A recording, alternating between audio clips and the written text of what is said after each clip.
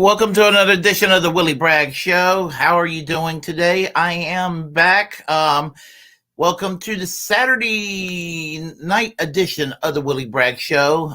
That's the time of the week where the Willy Bragg Show and KRTD Media are in partnership, or I stream as the Willy Bragg Show, but I also stream as a member of KRTD, and we're in partnership helping to promote each other and all other folks within independent media, since we are all shut out of the system by algorithms and corporate control of media overall.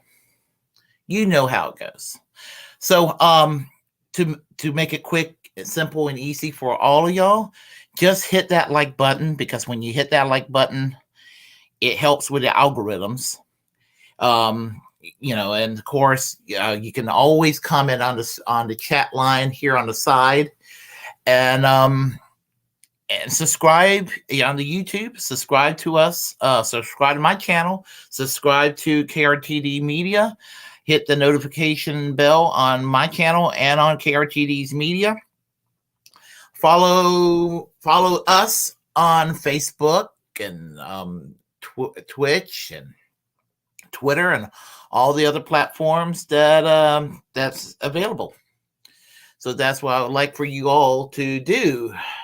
Also, in addition thereof, let me just say this, that we're in a situation where we need to discuss a lot of politics that gets ignored by the mainstream press, mainstream media, because they have nothing to offer us. So you need that perspective and all that. So that's what we're going to be talking about this evening. A very quick note.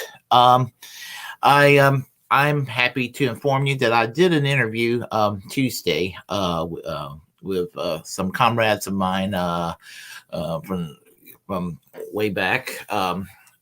We interviewed Scott Ritter, that's Dr. Catherine Ann McCloskey and Margaret Shelter. We interviewed Scott Ritter a few days ago over War and Peace, the situation between Ukraine and Russia, American foreign policy, the national security state, Assange, the whole 9 yards.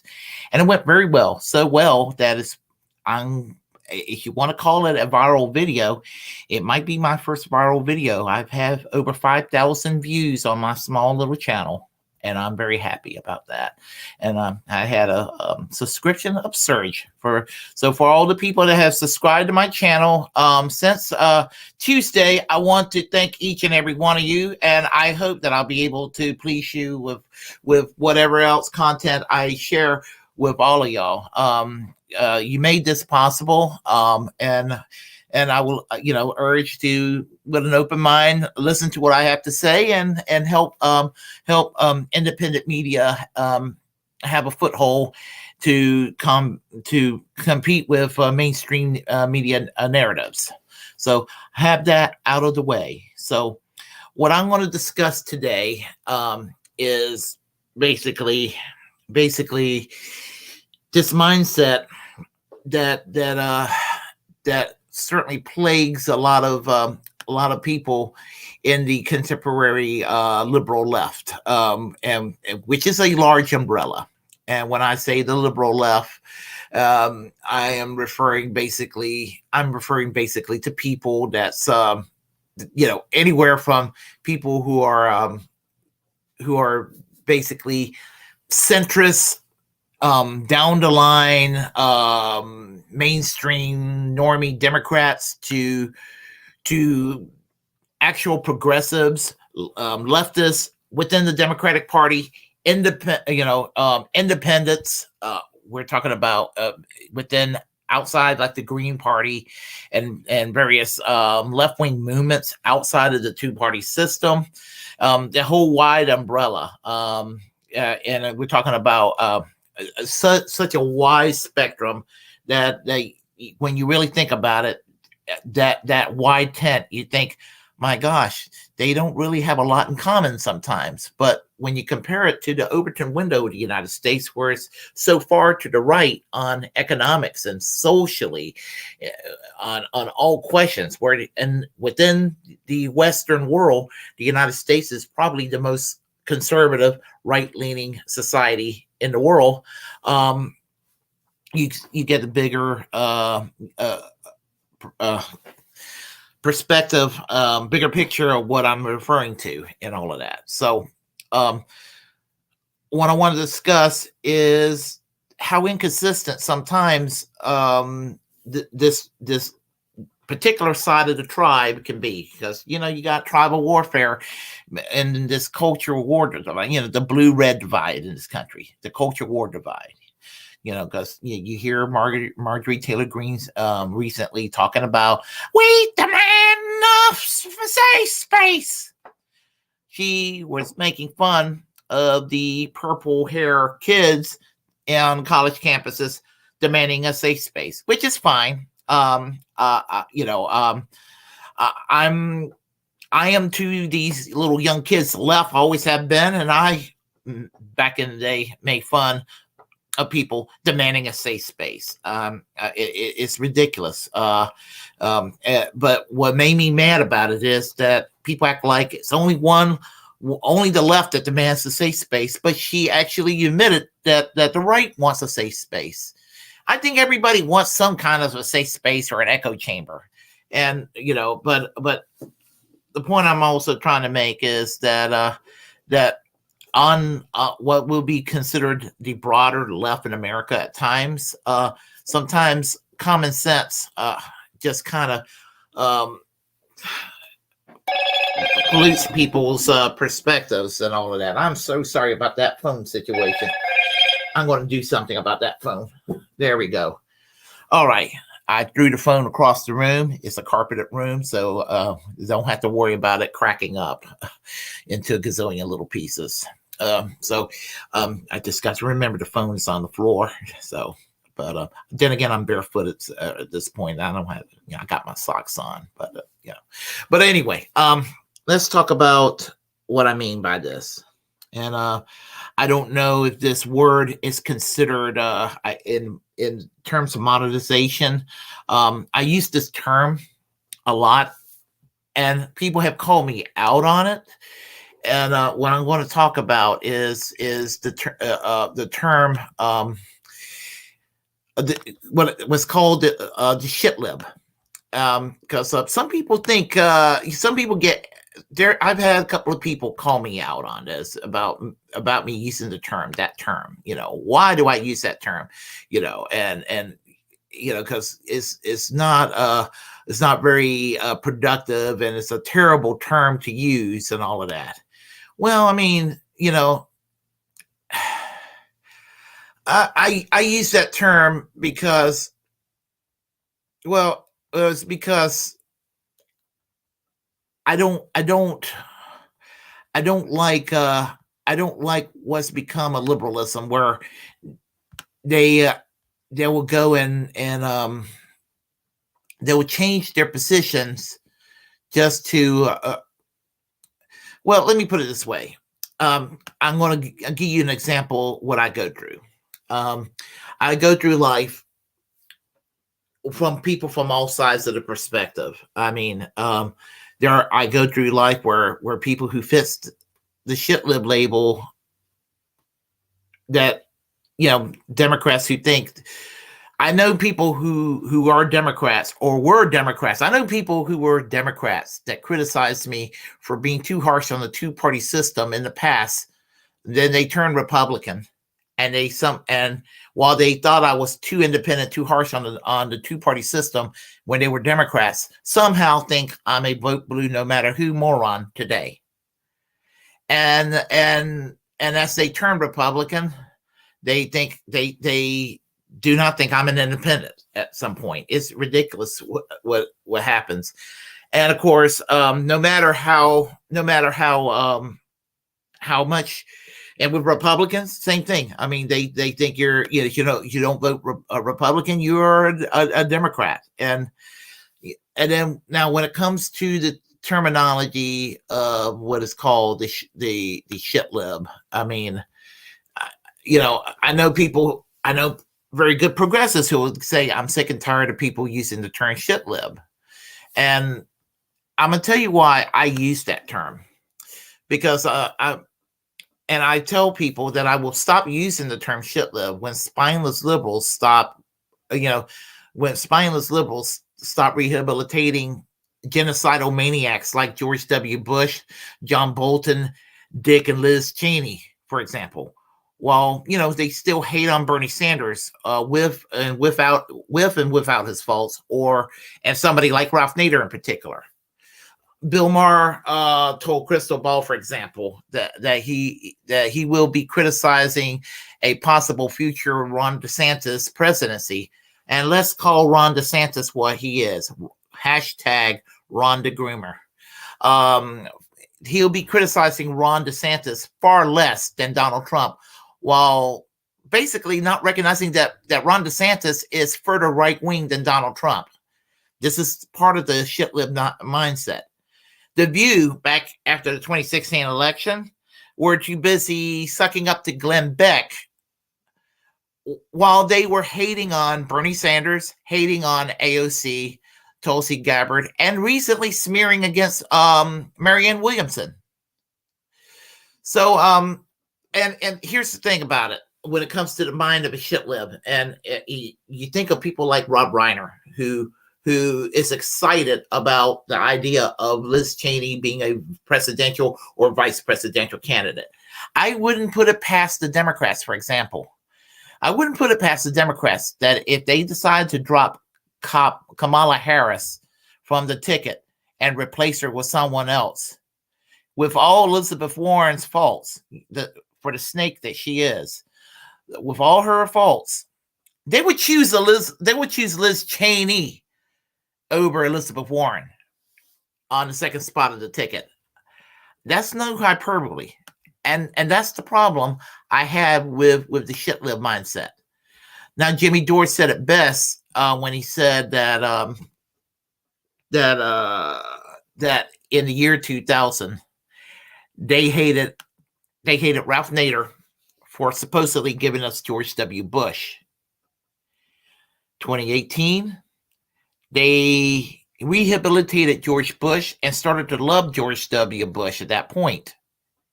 And guess what? They still hated Ralph Nader. You see where I'm going with this? This is why I am a basket case of a leftist at times, because this is the mindset I had to deal with all my life.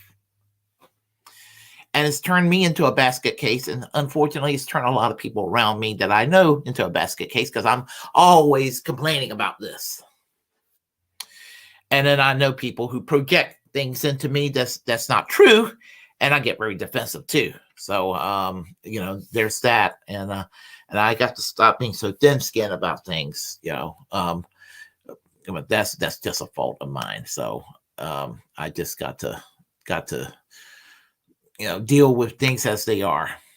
So basically what I'm going to do, we'll start with this first example here. We will start right now with the 2000 election. I think that's probably the best point to start at. Really wasn't much of a choice. Not at all. I mean, because you started off basically with George W. Bush and Al Gore. I mean, and I remember this at the point because Al Gore, just like Bill Clinton, was too busy being Republican light. This is why Ralph Nader ran for president in the 1990s and 2000s, because the Democrats were running as Reagan Republican light. I'm trying to use the term rainbow Republicans. This is the best way to describe the Democratic Party, because they're on one hand they want to be woke, but they're also embracing aspects of Reaganism. And so and when I say woke, I want to make it clear that I am not socially reactionary or right wing in any way, shape, or form. I share a lot of the same values as people who are woke. Where I part ways with people who are woke is the cancel culture. I don't support cancel culture. I support free speech absolutism, that sort of thing. And that's where I will part ways with those who call themselves woke. I'm not woke enough for the woke, and I'm too woke for the right wing. And that's, I'm the same person I've always been in that regard. Well, Al Gore and George W. Bush ran against each other. Well, it's not a lot to be excited about. It's a lot to be angry about. As I said, Al Gore decided to brag about being a conservative Democrat. That's his legacy. He chose somebody to his right, which I'm going to talk about in a moment, Joe Lieberman. I call Joe Lieberman the Bush-Cheney faction of the Al Gore ticket. George W. Bush, the governor of Texas, basically continued the death penalty in Texas, and I think it was like 140 some people died while he was governor, and he was a criminal prior to becoming president, just as governor alone. But then again, we're talking about the Bush family being criminals, so there's a history to that. So and there was just nothing to be excited about with George W. Bush and Al Gore. And so, as I said, when you think about the second spot on the ticket, the second choice on the ticket, and we're talking about Joe Lieberman, Senator Joe Lieberman of Connecticut. I mean, even more conservative in many ways than Al Gore. Very sanctimonious, and to this day, is proud that he supported the war in Iraq.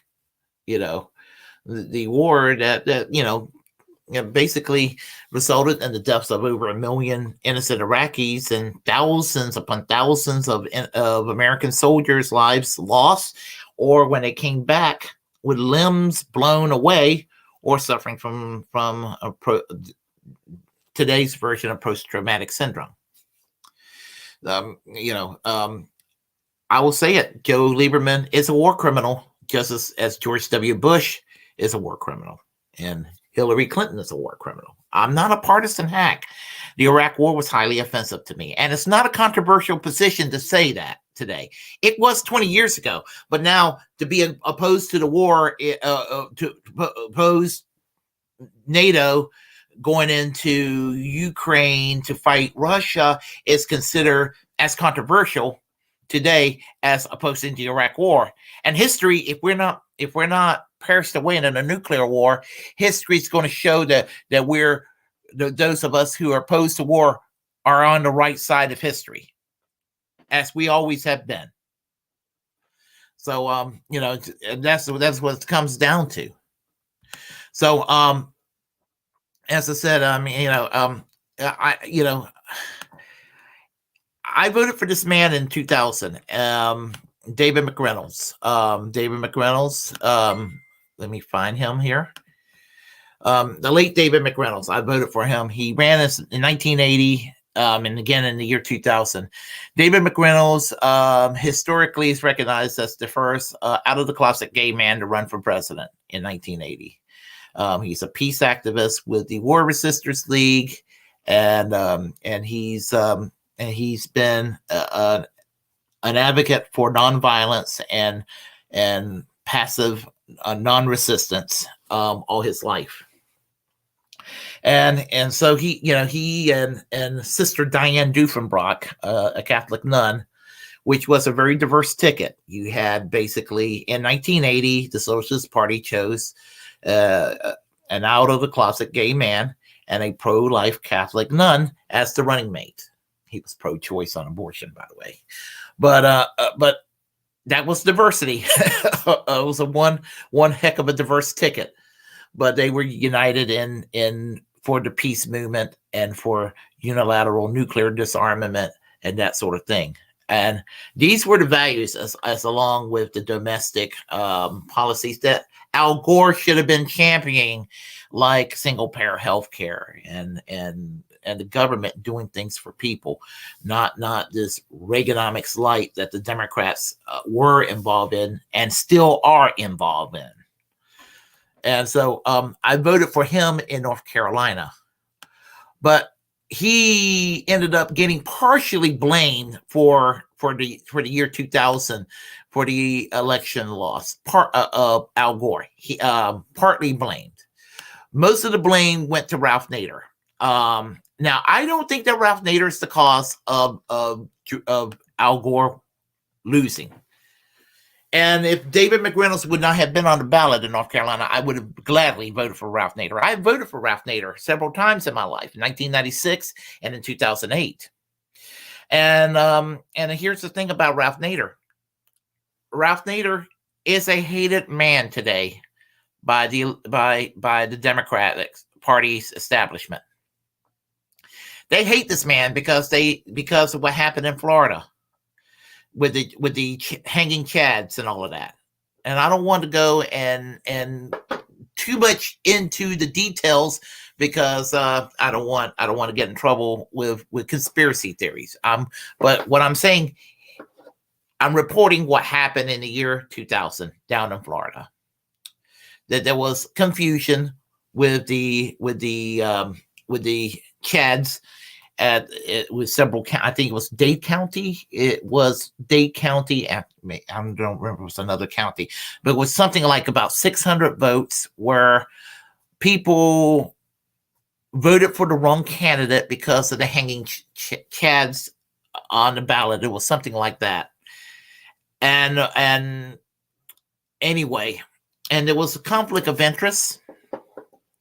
And with Kathleen Harris, who's the Secretary of State, who was a Republican, and Jeb Bush, the governor of Florida, related, of course, to George W. Bush, and the Supreme Court, basically decided to end this whole voter recount and essentially appointed George W. Bush as president. And that's what happened there. There's no conspiracy about that. I would add additional commentary, but I don't want to, because if I do, I would get in trouble. I have my views on it, but suffice to say, I do not think that Ralph Nader is the cause of. I don't think Ralph Nader is the cause of Al Gore losing in 2000. Al Gore lost because he was a lousy candidate, just as Hillary Clinton lost in 2016 because she was a lousy candidate.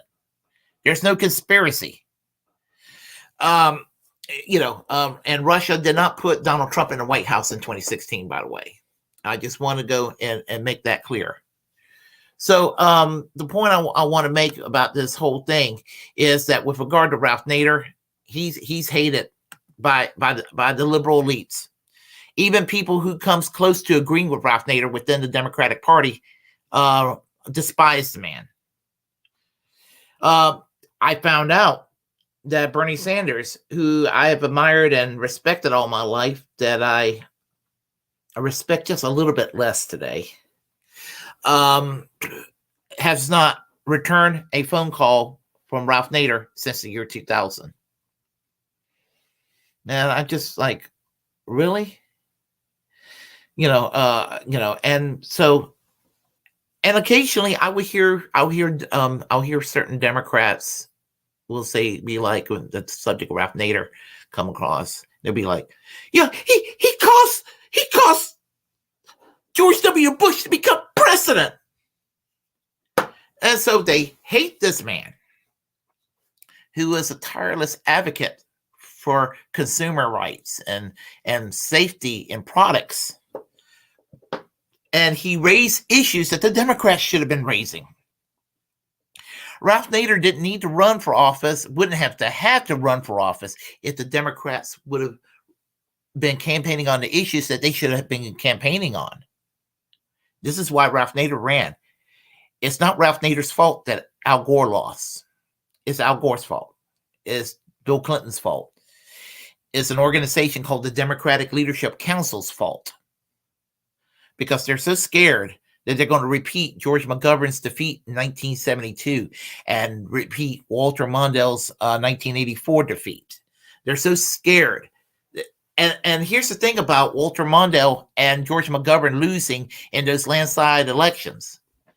The Democratic Party in Congress were in way better shape than they would become later on. See, 1992, Bill Clinton gets elected.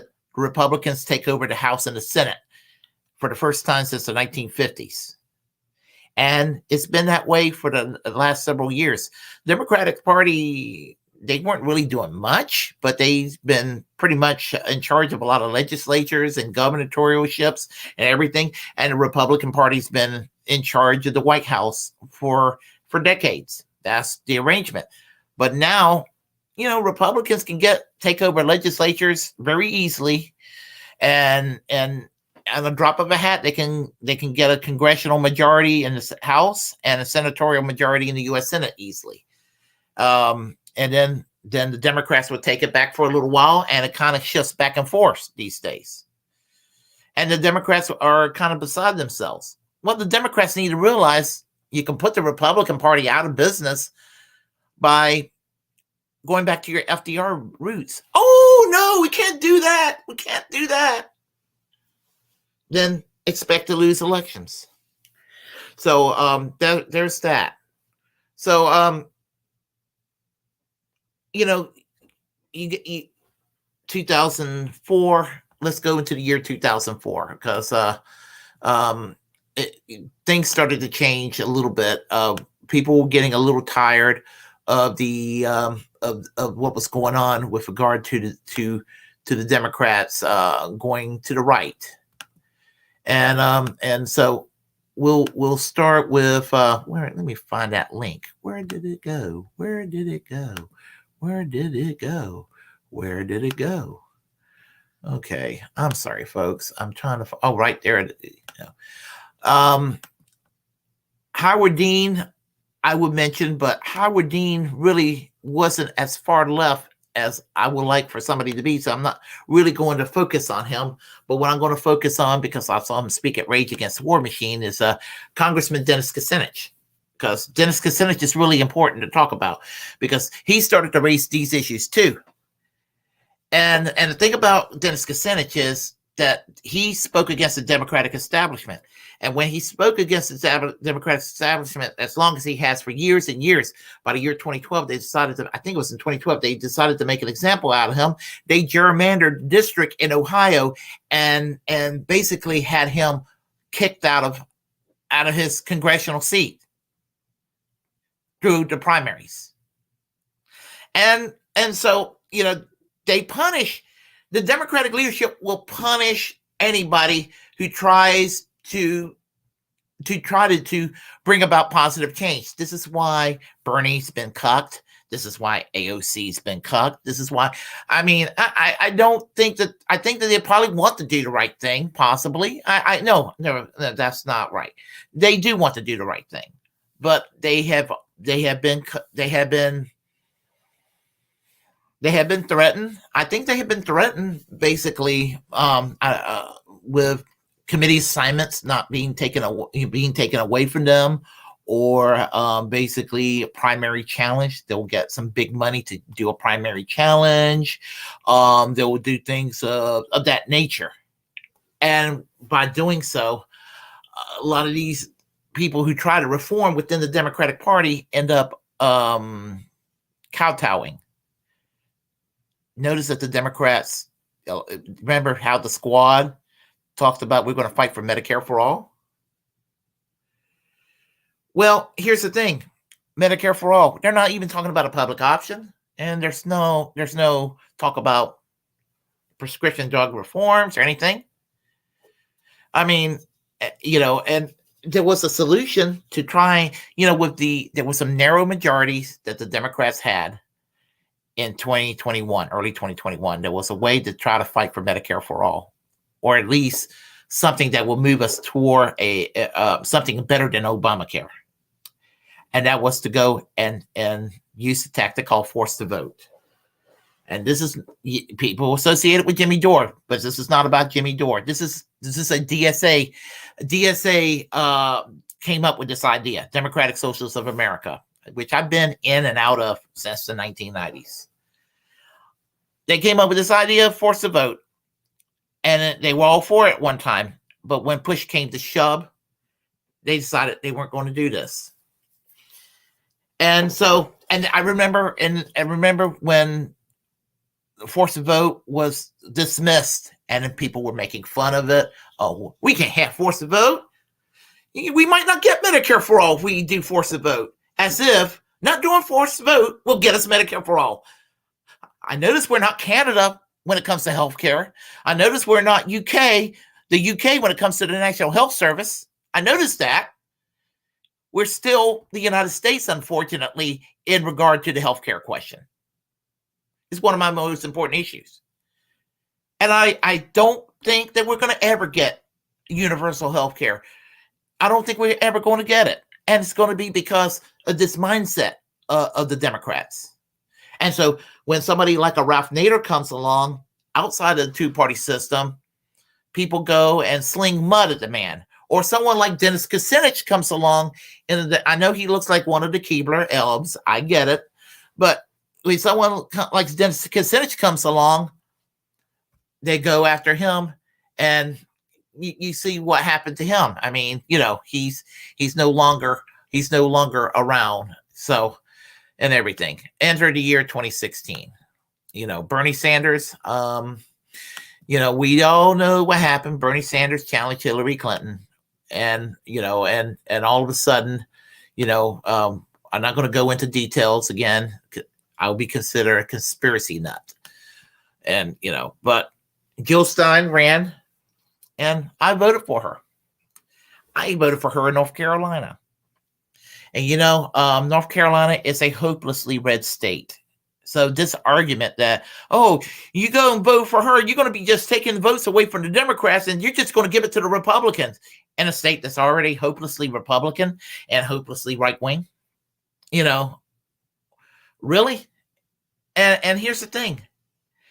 Maybe Hillary Clinton should have chose Bernie Sanders as her running mate, or somebody more progressive than the Senator Tim Kaine from Virginia, who was to her right. She borrowed from Al Gore's playbook in 2000 with Joe Lieberman. I mean, the man's probably to the right of Joe Lieberman. And Chuck Schumer was bragging about, for every blue collar worker we lose in Pennsylvania and Ohio, that we will gain 4 moderate suburban Republicans. No. You keep those 4 moderate Republicans in the Republican Party. They're too right wing, and when you bring them into the Democratic Party, you're just going to make the Democratic Party more conservative, and a Republican Party that gets rid of their moderates makes the Republican Party further right. So what it does, what ends up happening is the Overton window gets further right, because the Republican Party gets further right, and that means that the line is drawn on the sand by Republican rules, and then the Democrats go and play by the Republican rules, and then they go further right. And that's how it's done. And it's going to get to the point. It's going to get to the point where it's going to get to the point where the Republican Party is going to be too right wing for Ted Cruz, and Ted Cruz and Mitch McConnell will have to go to the Democratic Party if this keeps up. I know I'm being a little bit doing a little bit too much hyperbole here. I'm being over the top, but the point I'm trying to make. Now, I got a lot of crap from people for voting for Jill Stein. But guess what, folks? I voted for Jill Stein, and I would do it again and again and again and again if I go back to the year 2016. Because she was not the problem. Hillary Clinton and the conservatives within the Democratic Party were the problem. Just as Tony Blair was the problem. In England, they act like Jeremy Corbyn was the big problem. No, Jeremy Corbyn was the answer. Britain's better Bernie. Jeremy Corbyn was the answer. Tony Blair was the problem. Keir Starmer is a throwback to Tony Blair, just as Joe Lieberman and Kamala Harris is a throwback to Bill Clinton and Al Gore. You see where I'm going with this? So this is what I'm getting at, and this is why I get very frustrated politically at times. I do. So my next point is this: that what am I going to say? So we knew what happened. Orange man got elected. And I mean, think about it is that with Donald Trump getting elected in 2016, I mean, that they ended up. I remember how it was. They ended up acting like I remember in December, people were acting like Hillary Clinton was a victim, and Bernie Sanders was constantly being blamed all the time, and it was the left that was being blamed all for what happened because of Donald Trump getting elected. Now, I lost about several friends on Facebook, defriended and blocked me for voting for Jill Stein, and even supporting Bernie Sanders in the primaries. I have people that don't talk to me to this day because of it. Or I have people that have given me the cold shoulder on my regular. I have a Facebook page that I use now, but I have another one that I'm going to get rid of at some point. But I'm just basically saying that because of this orange saturated Frito chip, this orange orangutan that's a clown, this orange clown has brought out a lot of derangement on all sides from people. I mean, the unhinginess on all sides. The Trump worshipers are ridiculous.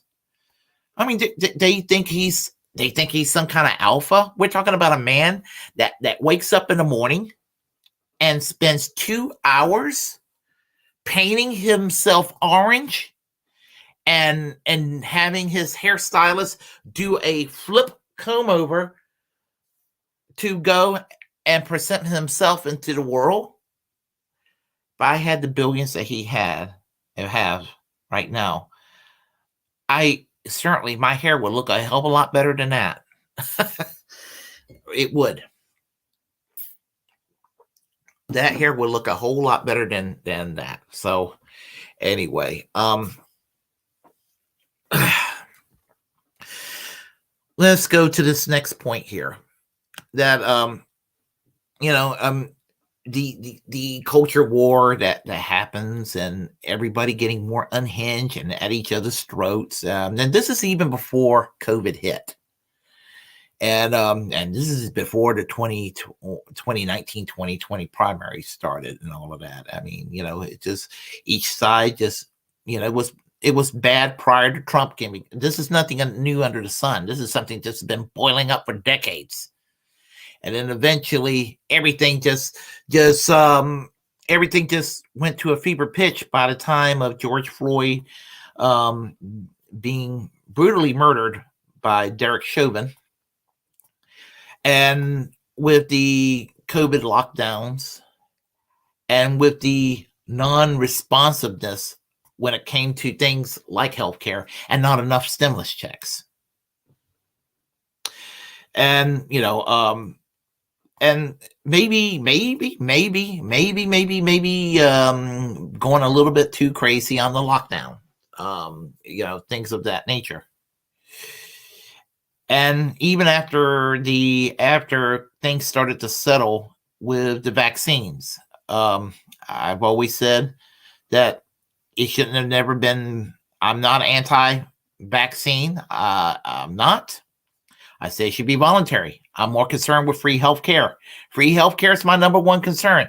You have free healthcare, you're going to do more to solve the problem than forcing people to take the vaccine. But this is the mindset of America.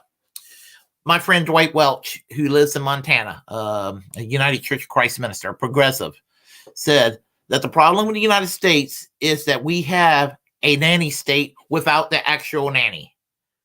Margaret Thatcher complained that Britain was a nanny state with the Labour governments for decades. And of course, she went and ruined everything when she became prime minister. We have a nanny state without an actual nanny. We micromanage and we means test, and somehow people think people get free rides. People don't get free anything. What we get is a lot of directive from Washington, D.C., and that's all we get.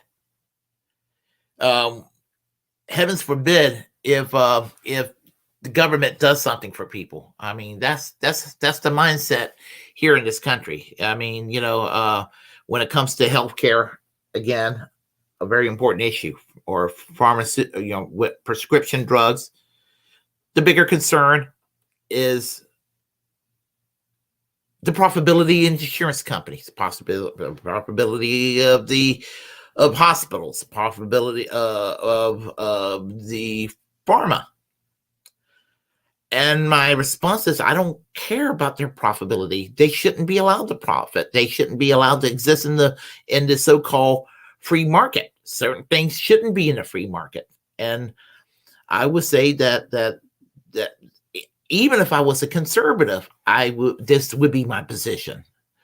I think it's idiotic that this country doesn't have a national healthcare system. In fact, I mean, what I'm saying is that we had a pandemic and we still managed to have.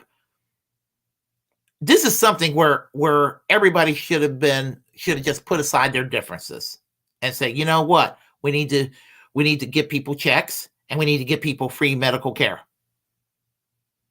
Britain got bombed during World War II by the Nazis. As a result, at the end of World War II, they were able to create the most socialized medical system in the Western world at the time, the National Health Service. You have to go to the Soviet Union, or you have to go to East Germany or Cuba to find a system more socialized then. And now today, maybe with Cuba. But the point is, I'm trying to make is that we didn't even get a public option out of this. I mean, and I'm bringing back this point, which is why I get angry with these people. And we get further right as a result, because we can't talk about Medicare for all because that's too divisive for some people. That'll just scare voters away. Doing away with private health insurance. That's what we're dealing with. We're dealing with people that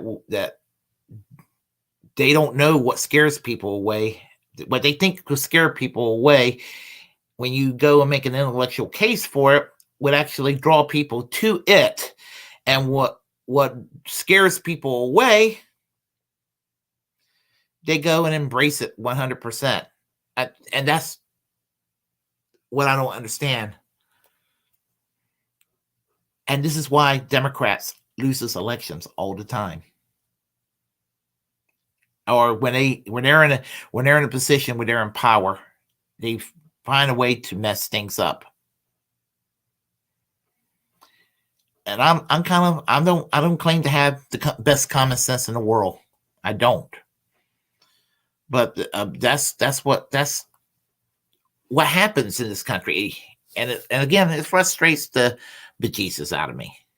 It really, But let's go into the year 2018, and because this is I am so sorry about the phone in the background. Let's go into the year 2018, because this is where things get interesting. I think it was about 2018. This picture took place.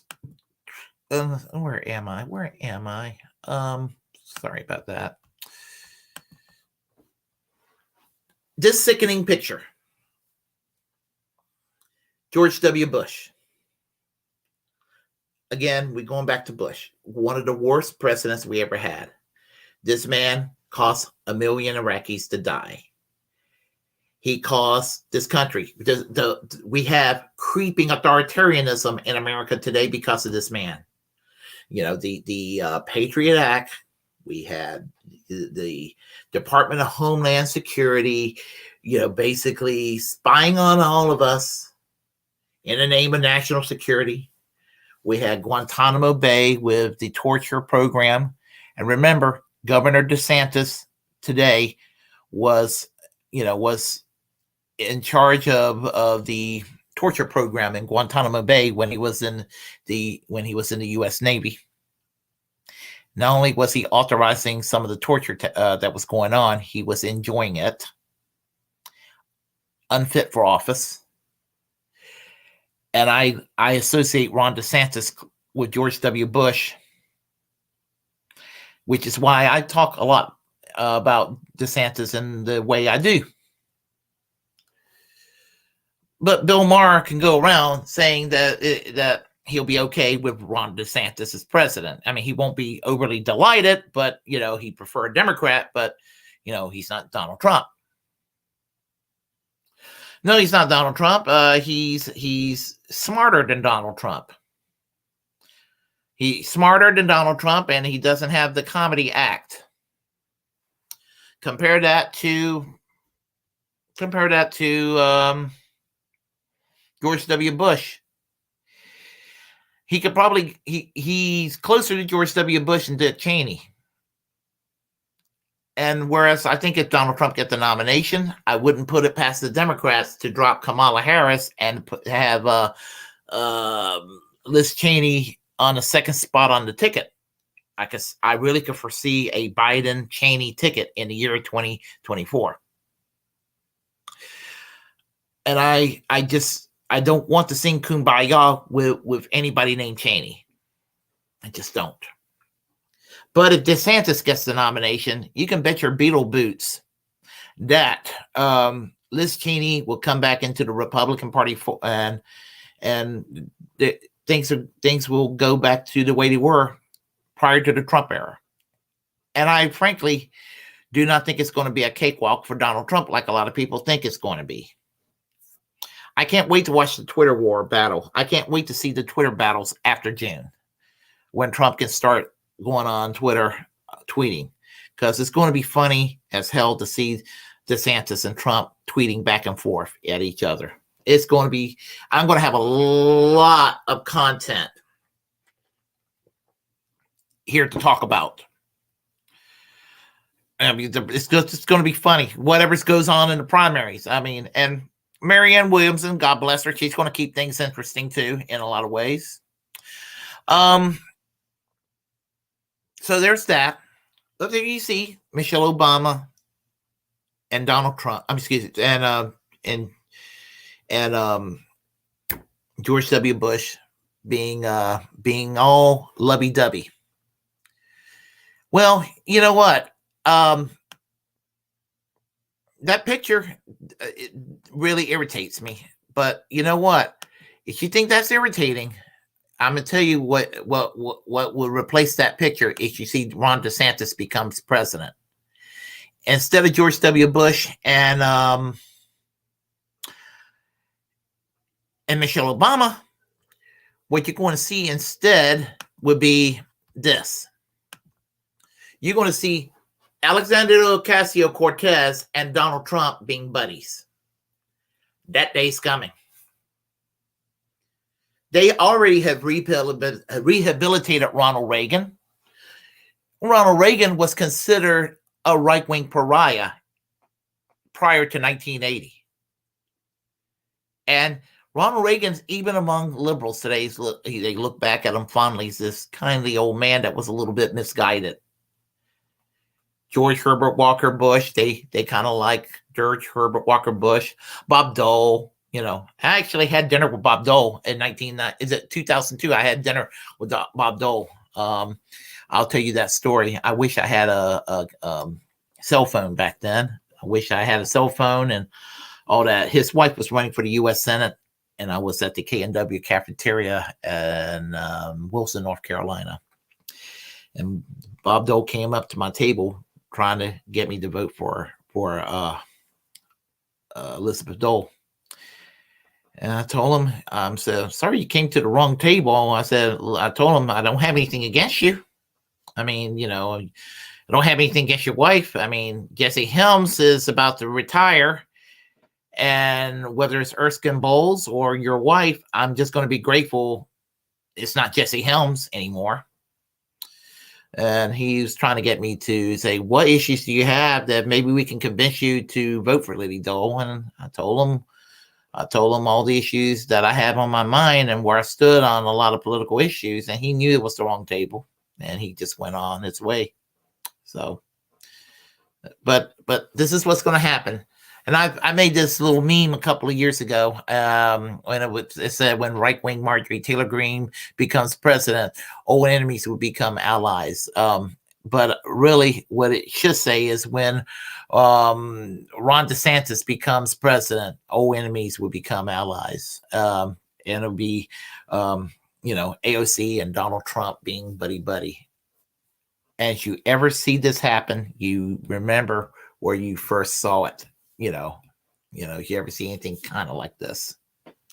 So, and that's what this is where we're at right now, folks. This is America in the year 2023. And I just want you to keep that in mind. So let me go ahead and do this here. I am so sorry about what's going on with the phone ringer there. I always have my phone in the other room when I'm streaming. So this is why I become a basket case on a lot of political issues at times. And I don't mean to. We all are guided by our little individual realities of what we go through in our lives and what we experience. And I experienced this very young, started out being a cookie cutter Democrat, wanting to do the right thing. When I say right thing, and that means going left. And even in my college Democrats at East Carolina University, they were all about being corporate Democrats.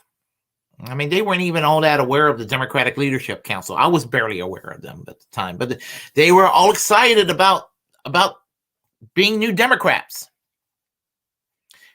They didn't like the word liberalism back then. Can you imagine calling yourself a socialist in the early 1990s? I mean, that's what it was like, I mean, and I was urging the college Democrats to do some serious activism things, and they didn't want to do that. No, they didn't. Any of the activism things I was advocating, no, that's just too radical. Which is weird because when I left the Democratic Party, I went into the Socialist Party USA. I was considered a more moderate member of the party at the time. Maybe heavens forbid, maybe the party's right wing. But as a Democrat, I was pretty far left. And so it was just one of those weird situations that I was in. And so what happened was that as things went on, I saw the country just move further and further right, and I saw the Democratic Party moving further and further right. And it was frustrating me how such a sensible message of being for things as basic as labor rights and being for medical care for all and for the welfare state, the way it is done in these countries in Western Europe and other countries around the world. I mean, even in many countries in Latin America, where these things are considered mainstream, not far left. And here in America, you're considered unhinged leftist if you favor these things because of the Overton window. And where you have a workforce where people, you can't get people to, you hear people, they don't want a labor union. that just kills me. They're mistreated at work, and they still don't want a labor union. They get sick and they get all these medical bills. They don't want that free health care. They don't want any of this. And then all of a sudden, everything just goes. It's like, no, give me more of what is abusive to me. That's the mindset.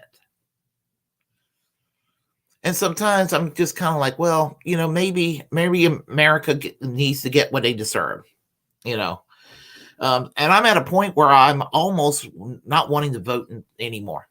I mean, I'm not saying I'm not going to, but I've entertained it. I debated. I thought about it. I'm like, I'm through. I mean, sometimes I feel like I'm through because, I've been literally burned by Bernie twice. I seen, him taking some positions I didn't like. I've been disappointed to see Tulsi go right, although she still has some good takes on foreign policy. Although there are some areas where she still needs some improvement. And I mean, and I'm seeing, AOC basically, complain about the CARES Act, all the corporate welfare of the CARES Act. She makes a big old speech about it, then votes for the CARES Act. And every time she complains about what corporate Democrats are doing and the Republicans are doing, then she goes and votes for the bill. And then what happens is that I get more and more frustrated. So, I mean, I always said that we need something that's outside of the two-party system. And personally, I say worker strike back is probably the only thing I could get. I see myself signing myself on board with. Because Sama want in Seattle, what she's done with this worker strike back. I mean, I just think that might be the thing, to focus on labor issues and not focus on electoral action anymore. And I'm not saying don't vote. I say, you do your own thing, because, I just can't depend on liberalism anymore. I'm not right wing. I'm not conservative, but I'm not a liberal, because, there was, when Phil Oakes wrote the song, Love Me, I'm a Liberal. I think that was the first song about the quote unquote shit lib. He was commenting on it back then. It's gotten worse since the days of Phil Oakes. The lyrics are the lyrics for if I can find the lyrics for it. Love me. Let's see. Love me, I'm a liberal. Love me, I am a liberal. If I can find the lyrics, because I mean, I can't play it here because there'll be a copyright strike that I would have. But in the song, he says, "I cried when they shot Medgar Evers. Tears ran down my spine. I cried when they shot Mr. Kennedy, as though I lost a father of mine. But Malcolm X got what was coming. He got what he asked for this time. So love me, love me, love me. I'm a liberal. I go to civil rights rallies and I put down the old DAR. I love Harry and Sydney and Sammy. I hope every color boy becomes a star. But don't talk about revolution. That's going a little bit too far. So love me, love me, love me. I'm a liberal. I cheer when Humphrey was chosen. My faith in the system restored. I'm glad the commies were thrown out of the AFL-CIO board. I love Puerto Ricans, and the word for black people from back then that was proper, I don't want to get in trouble, as long as they don't move next door. So love me, love me, love me. I'm a liberal. The people of old Mississippi should all hang in their heads in shame. I can't understand how their minds work.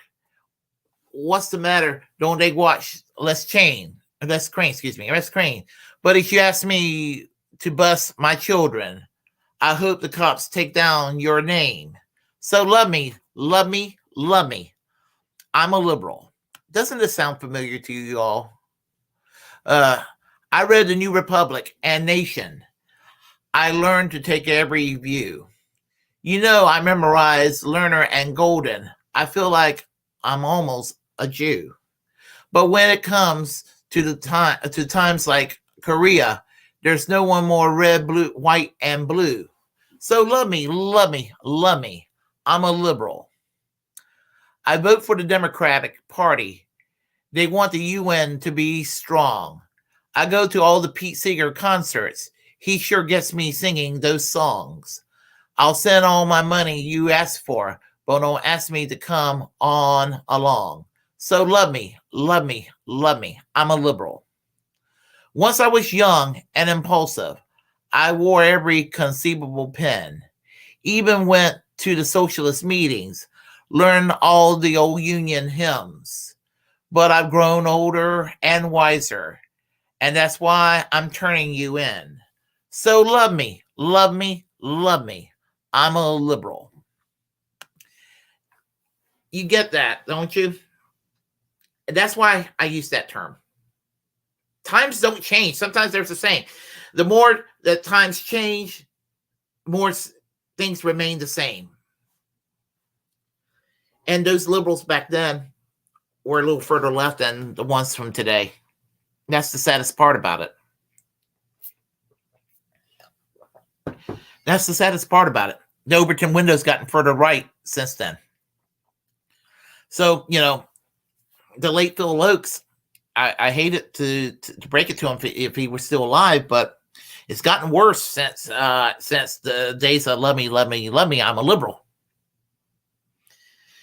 So, just a little bit food for thought. This is why I'm just kind of fed up with the way I just don't want to be a team player anymore with the way things are. I mean, because when you're a team player with a side that compromises too much, that broader side that compromises too much are also playing footsies with the far right. But then those same people will call the actual left far right for calling them out on it. You see where I'm getting at, folks? I mean, I'm talking about the bred to personality people, and I don't want to go into personalities too much, but I will say that this is why I don't watch TYT anymore, or I don't watch Sam Cedar anymore like I used to, because they are useful idiots on attacking the real left and calling them right wing. And by them playing that game, the establishment corporate Democrats think that Sam Cedar and TYT are too far left. And one day they're going to be like, oh, no, you're going too far. And they're going to be considered the fringes. And then, as the Overton window gets further and further right, they're going to either have to adapt and go along with that right, or take a stand and draw the line in the sand. And if they draw the line in the sand, they're going to get smeared. And that's what's going on. That's what's been going on. This is why some people say that, that Jimmy Dore is right wing when he's actually further left than most people out there. Honestly, the man's to my left. He's to the left of a lot of Americans. He's not right wing. Don't agree with everything Jimmy Dore says. And some people act like I'm like a Jimmy Store stan. I'm not here to attack Jimmy Dore. I'm just saying that when Jimmy Dore complains about what these gatekeepers and the establishment are doing, I mean, where is he wrong? Now, I used to think that he was a little harsh on Bernie and a little bit harsh on AOC. I used to think that. I'd be like, well, dang, come on, man, you're a little harsh on them. I'm beginning to think, no, you're giving them the right amount of criticism that they deserve. You are. No, I mean, I wouldn't exactly told AOC to F off on here like he did a couple of years ago, but I still understand the anger. And Brianna Joy Grace basically said the same thing to Sam Cedar about that he's representative and needed as the angriest part of the left to kind of keep things keep the debate going. And and some people, they don't want that. They just want to. They think that just getting Democrats elected and them folding their arms and doing nothing, just folding your arms and going cheering for Biden and Kamala Harris and cheering AOC is what it takes. And those poor delusional people who finds a lot of hope in Marianne Williamson. I'm a little different. I'm not going to beat up on her. I mean, I don't have anything against her. I really don't. I don't dislike her. I like her. But I can't take her seriously. It's like the guys from Due Dissonance is saying, Russell was saying from Due Dissonance. I mean, she's basically a prosperity gospel guru hippie type from California that sort of represents a faction of the left that's roughly not that much better than Nancy Pelosi. I mean, and I know what he meant by that. I mean, she's obviously to the left of Nancy Pelosi, but this is how people are going to project Marianne Williamson. But Marianne Williamson, if she can't do a dirty break and she's going to go and support Joe Biden no matter what at the end of the day, I mean, it's kind of pointless. I mean, as I said, I've been burned by Bernie. I don't mean Bernie himself, but what they did to Bernie. And and I'm not really even all that excited if Bernie runs in 2024 in the primaries.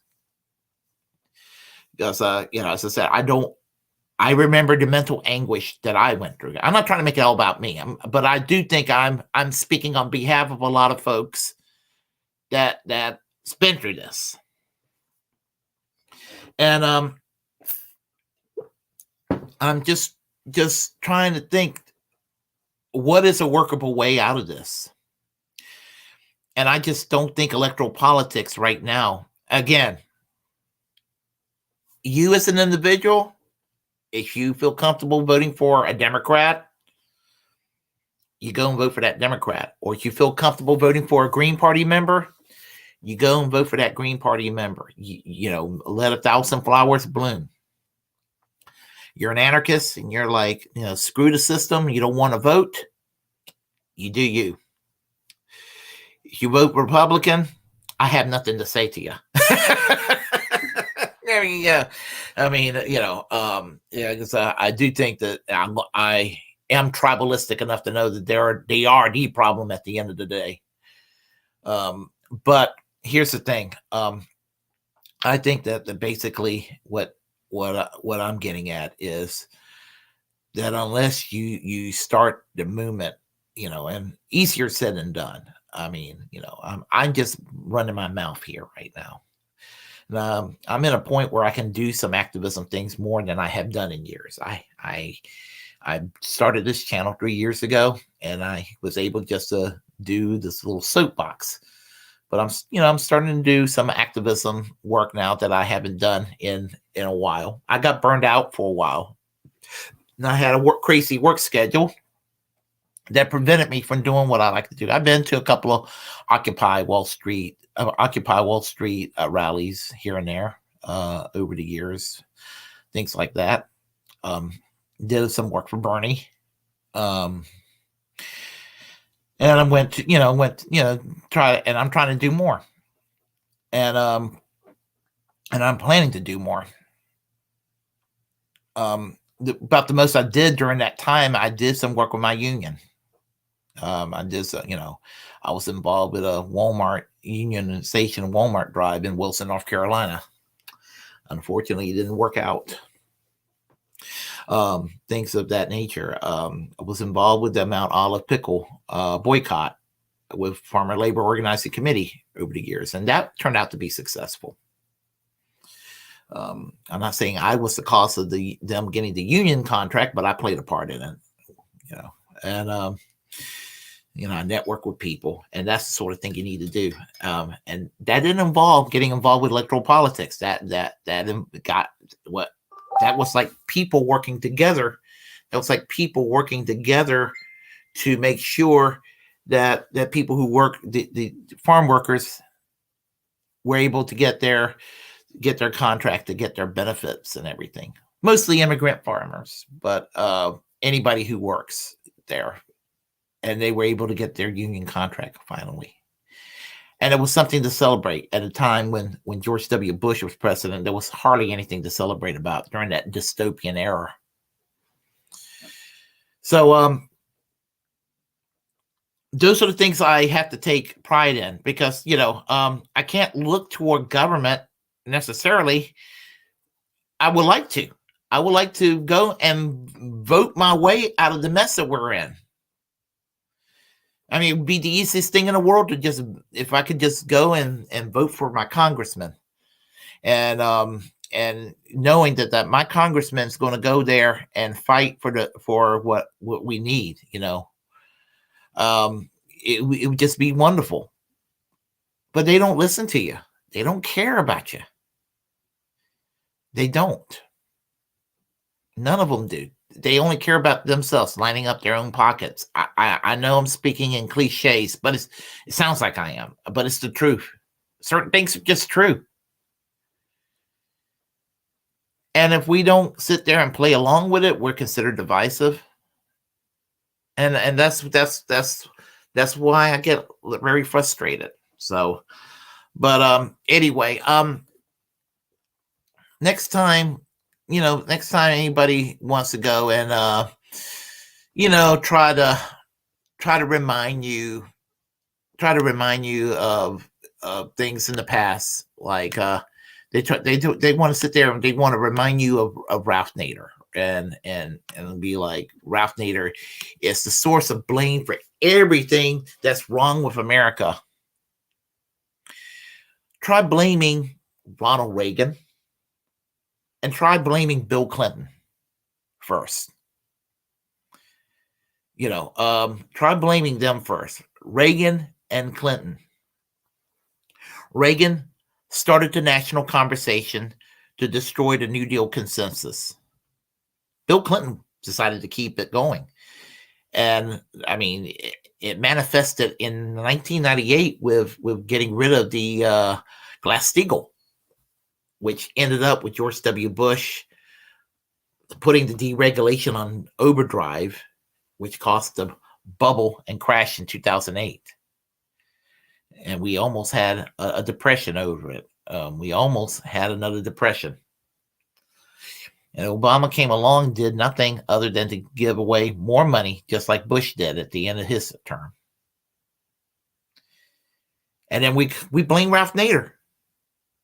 I'm not talking Ralph Nader as a cult of personality, but we're talking about policy proposals that he recommended that our mainstream politicians would just disregard and make fun of. And we get criticized, for bringing it up. So, as I said, it's really frustrating, and this is why America can't have nice things like some of the other countries. I'm not saying things are well in the other countries. I'm not saying things are well in the other countries at all. They got their problems. Britain had Margaret Thatcher. And Tony Blair didn't do that much better, and David Cameron and all those folks, they were horrible. just good Lord, Britain's not had Britain's not had anybody decent in decades either. They're in as bad a shape as we are. The only thing that Britain has going for them is that they were able to implement good things after World War II at such a rapid pace that whatever they scrapped down, they weren't, whatever they scrapped away still didn't do as much damage to their society as what was done here in the United States. Because, we don't know, we Americans don't know what it's like to go to a doctor for free. We Americans, average Americans, do not know what it's like to have a job where you get 4 to 6 weeks off a year and have a guaranteed pension. We Americans, a lot of Americans these days don't know what it's like, especially if you're Generation X and a millennial or Generation Zs. The boomers know it. Maybe some of the older Generation X people might know what it's like. And that's a smaller number, by the way. But I had a union job for 20 years, and I was fortunate because I have less than 8 years before I retire, and I'm grateful that I am going to have a pension, and when I do retire, if we're not roasted in a nuclear war by the year 2031, and if they don't do away with Social Security, I will actually be making more not working and retired than I am right now while I'm working, and I'm looking forward to that. And why people just tolerate not having something as basic as a labor union, a strong labor movement around is beyond me. So anyway, there is that.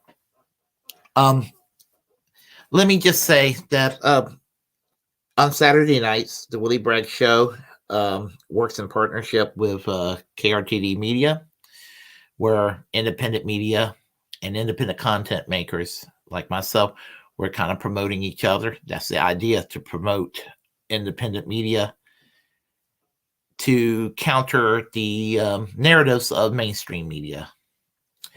And so we're monetized at this point. So we have super chats.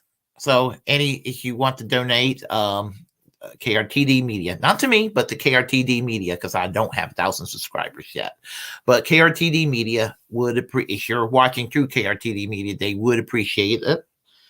And the next thing I want to talk about is, I guess, the chat lines. We'll go through there first. And Snipe Hunter says here, let me go ahead and clear this up. Okay, sorry about that. Howdy, Snipe Hunter. How the hell are you? We Need Critical Thinking says, and how are you doing today? I started drinking coffee just a few years back because I did not feel woke enough. That's funny. That is funny. Yeah. And that's the thing. I'm very socially progressive. I was supporting gay marriage long before everybody else. I mean, long before. I was talking about in the early 1990s. I was in favor of it back then. Let's see.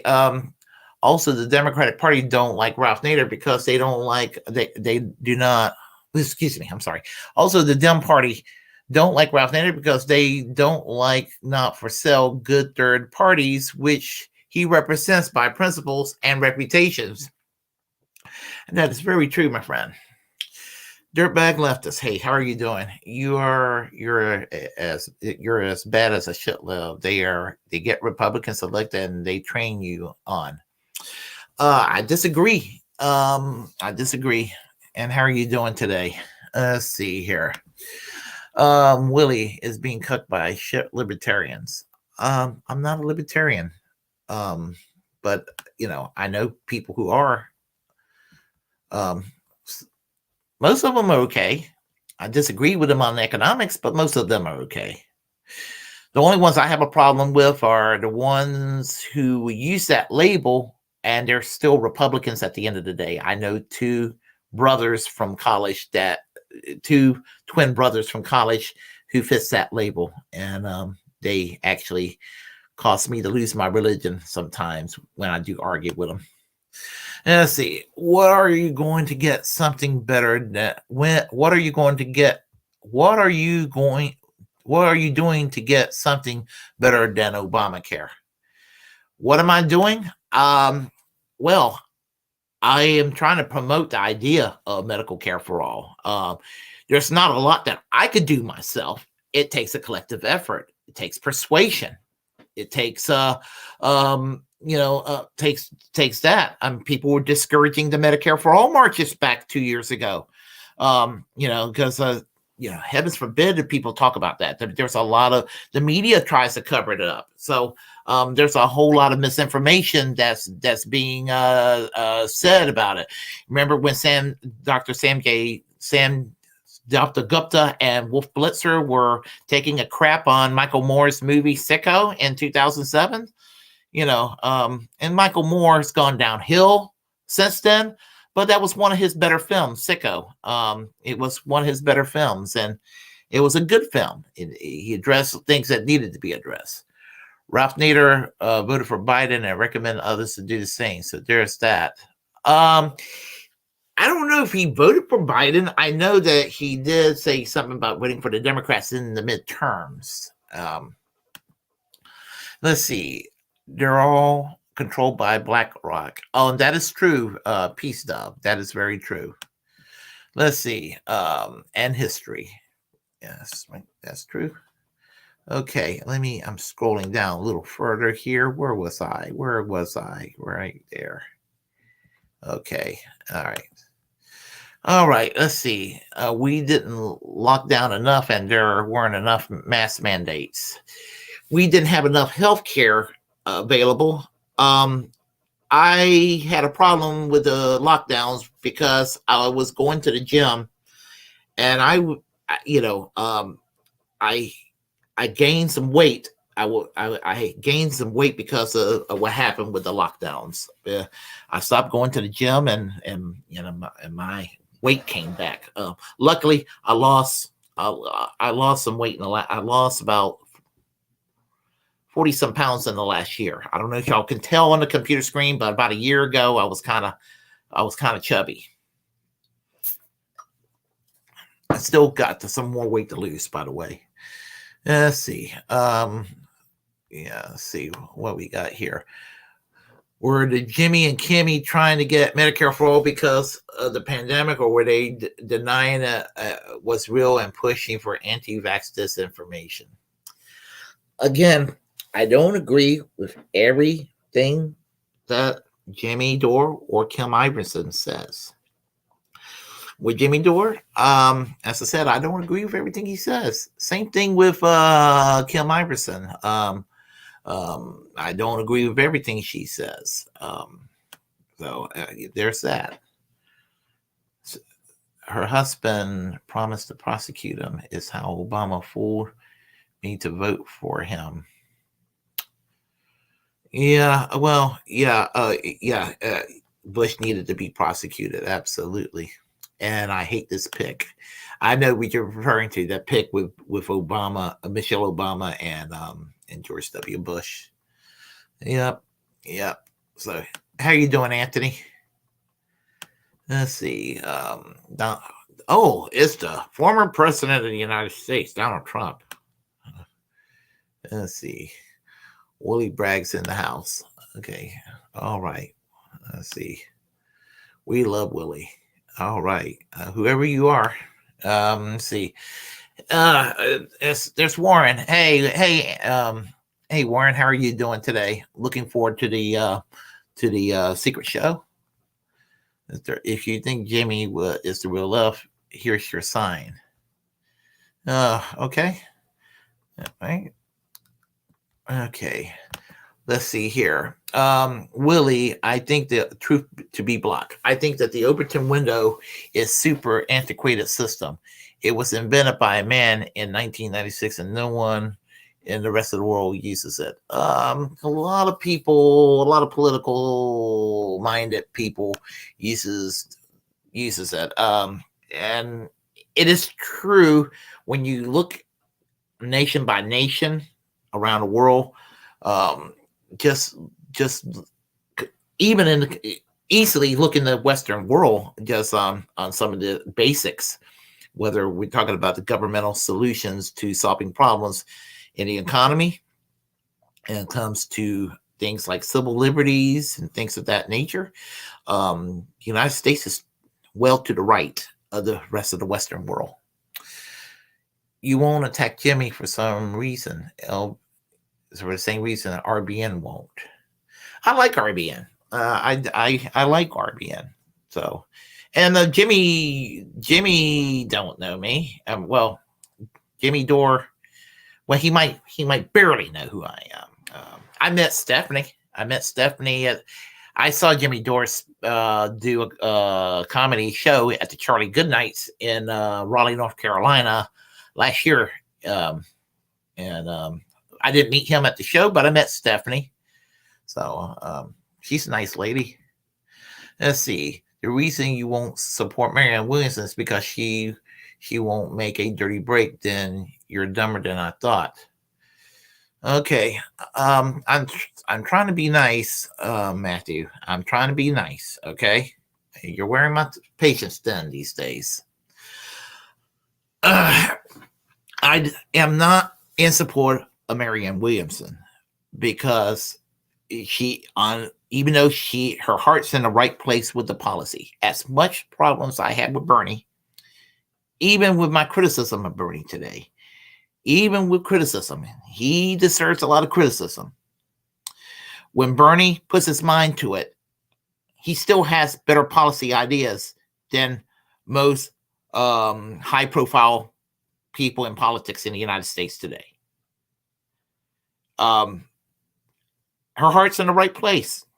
But, and the same thing with there's a lot of progressives whose heart's in the right place, but they don't have the wherewithal that he had. Unfortunately, with Bernie Sanders, he got pretty much sucked into the mainstream, and he's so far not wanting to offend Joe Biden. That's his focal point at these days. He just doesn't want to offend Joe. Lana Adele said, Willie, did you talk about the bank closure, this bank closure a few days ago?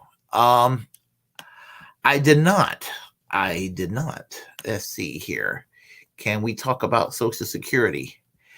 Well, there's a lot to be said about Social Security. Social Security can be solvent and saved if the politicians leave it the heck alone, or even restore it back to the way it was before Reagan ruined things. So YouTube would appreciate your super chat since they get 30%. Yep. Let's see. You misread several of my comments. Okay. Obamacare, please join Medicare for All everywhere, both Facebook and Twitter. Why would anyone want government to run healthcare that we saw happen during COVID? Like it worked so well in the private sector. Patrick's time. Our market-driven healthcare system kills people. 45,000 Americans die every year at a minimum because of private health insurance companies. They kill more people than those horrible terrorists that kill 5,000 people on the day of 9/11. They're worse than the people that kill that did the terrorism on 9/11. I hate health insurance companies. In fact, I would like to see people from health insurance companies and Big Pharma put in prison. That's my position, because they have blood on their hands. They kill people by depriving people of health care. Make no apologies for it. explain the derangement from TDS? I'd be glad to. There's Trump Derangement Syndrome A and Trump Derangement Syndrome B. We're familiar with Trump Derangement Syndrome A, the liberal type, going after Trump on some things that like eating a steak with ketchup, or putting ketchup on a steak or something like that. Dumb things like that, or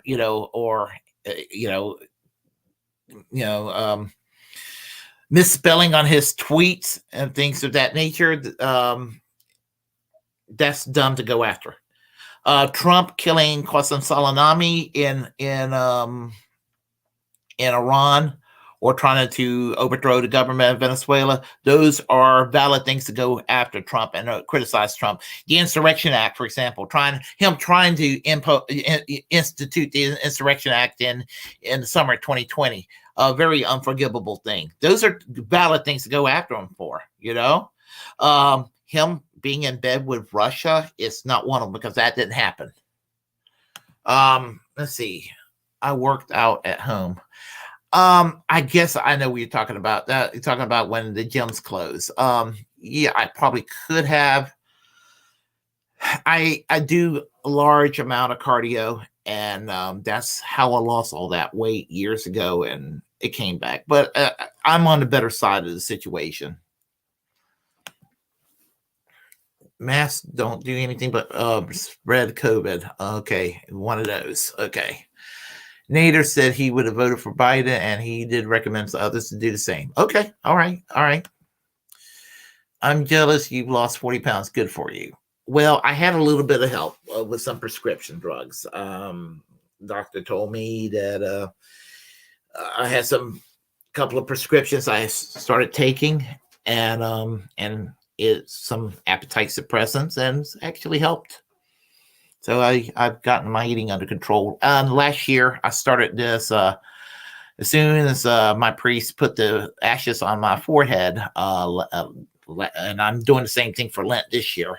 I gave up eating sweets during the season of Lent. And after it was over, I kind of just kept the thing going and stop eating sweets overall. So that helps, and believe me, I love a good pastry. I love ice cream. I love cakes, pies, and all that. So it's just been easy to do that. I messed up a little bit during the holidays, but it was the holidays, and I knew that I was going to mess up. But I started on my discipline again a few weeks ago. So February 23rd was Ash Wednesday. Yeah, that's when I started my discipline again. So there's that. Let's see. Lockdowns are worse than the disease. Okay, let's see here. Jimmy didn't push for Medicare for all because of the pandemic. Because of the pandemic? He's always been in favor of Medicare for all. Let's see here. They lied about COVID. Oh gosh, one of those people. You're one of those people that want to make a culture war issue out of it from both sides. I get it from both sides all the time on COVID. Let's see here. Hey, Willie, great show tonight. Thank you, Warren. Thank you. Let's see, Willie, what do you think? What do you think of the Great Reset conspiracy? It's a conspiracy. Let's see. Jimmy was right about Russiagate. That we will agree on. He was correct about Russiagate. So was Kyle Kulinski. So were, people like that. Gray zone. They were correct. Vosh was wrong. TYT was wrong. People like that were wrong. Let's see here. Fake Russia collusion narrative. Okay, well, stop clock. All right. Russian collusion has been prosecuted and will continue to be prosecuted as long as it goes on. Yeah, well, okay. I don't agree with Patrick's time hardly on anything, but we agree on Russia, and I think with Big Civil War, we agree on everything except for the Russian thing, and so it's just kind of weird situation. Marianne is an idiot for one, and she tried to pull a fast one at the White House press conference and got shut down by Killian, who wasn't willing to let the naked attempt to be free campaign ad succeed. Let's see. And then she cried foul. I don't really have a stake in the race for Marianne Williamson. As I said, if my eggs in the basket is for Workers Strike Back. That's Kashama Sawant. It's Marianne Williamson versus Biden in the primary ballot. I will vote for her. I mean, she's preferable to Biden. That's for sure. I just, again, been burned by what happened to Byrne. Let's see. I could tell you a lot more about Social Security. Let's talk later. Sure. I know who you are. If you want to be a guest on my show, Lana, you can just contact me on Twitter or Facebook, and we can do that. Let's see. It's not government run, it's government pay. Yep. Yeah, that's true. Let's see. Profit motive has no place in healthcare. Bingo, 100% true. Base, agreed. Kumbaya, 100%. We agree. I hate the companies too. I despise the private for-profit institutions of healthcare. I really do. Let's see. That murder was a war crime. It's a lot of war crimes. Let's see. Let's see here. Sugar is the enemy. Oh, it's mine too. Very much mine. Sweets are the hell of a lot easier to kick than booze. I've done a lot of booze over the years myself. Let's see. Hey, Willie. Hey, Jared. How are you doing today? I don't remember Jimmy saying much about Medicare for all during the pandemic. I'm thinking I do remember him talking about Medicare for all, but maybe not as much as Kyle. His eggs were in the Tulsi basket instead of Bernie's. And I still think that might have been one of his mistakes. It was Tulsi's mistake to run, actually, in 2020. I think that she should have been a campaign surrogate for Bernie. And what's wrong with Tulsi today would not have been wrong eventually. She wouldn't have gotten worse had she not run for president in 2020. She's taken a turn for the worse because of Hillary Clinton attacking her. And some people, unfortunately, on the right were sympathetic. And too many progressives were willing to ally themselves with Hillary. And in spite of where Tulsi is in the year 2023, I would still embrace her over Hillary Clinton any day. Let's see. Dirtbag leftists forced the vote was during the pandemic. It was a point to get the floor vote out for Medicare for all. Laura will seem to think that Trump is our legitimate president, and Trump called Putin a genius. Come on. When Trump just talks out of his Trump just talks out of his behind a whole lot. That's how he is. He's just a silly man. Let's see. Hope you read It Can't Happen Here by Sinclair Lewis. Actually, I have not read that. I should. I tell you what, that's something I would consider reading. So thank you for the suggestion. So anyway, let me conclude. I'm going to conclude by saying thank you all for showing up tonight. We may have our differences and all of that, and no hard feelings, I guess you could say. Let's see. he says here, please do. I'm in the middle now. Okay, will do. Oh yeah, and hold me to that. I'm actually curious. Okay, so anyway, no hard feelings, any differences we may have. Here's the thing about my program. I want you all to realize this. I have my beliefs, I have my opinions. I don't expect any of you to be in lockstep in agreement with what I have to say. I want you to think for yourselves. I mean, I'm not trying to talk like I'm like condescending, but I'm just trying to make my cases that I want you to think for yourselves, because I think for myself. I don't have anybody thinking for me, and I believe in people being engaging in battle of ideas and all that, unlike a lot of other people out there who claims they do. And again, you don't have to agree with everything I have to say. I mean, and I just don't do that. I'm not one of these right-wing cranks that makes millions and millions and millions of dollars a year that they expect you to believe everything they say. Or I'm not Sam Cedar that would do the same on the other side. Or no Mickey Kantz. I'm not in either camp in that regard. If I'm a libertarian, I'm a libertarian leftist. I do have a think, let think attitude. And so my views can come across as a little unorthodox at the time because I'm an old school lefty, and that's where it comes down to. In some ways I have never changed. In some ways I've kind of evolved. It just depends on the issue. I've had some cringy issues in the past that I've kind of grown on, as we all do. So, there are things out there that again affects our outlook of the world. And I just want y'all to remember that. So if you all like what you heard, please press like and comment. Comment anyway if you disagree with what I have to say.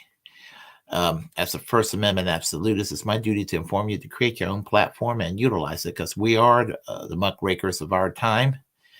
And remember to always reject corporate media on what they have to say, because they have nothing, absolutely nothing to offer to us.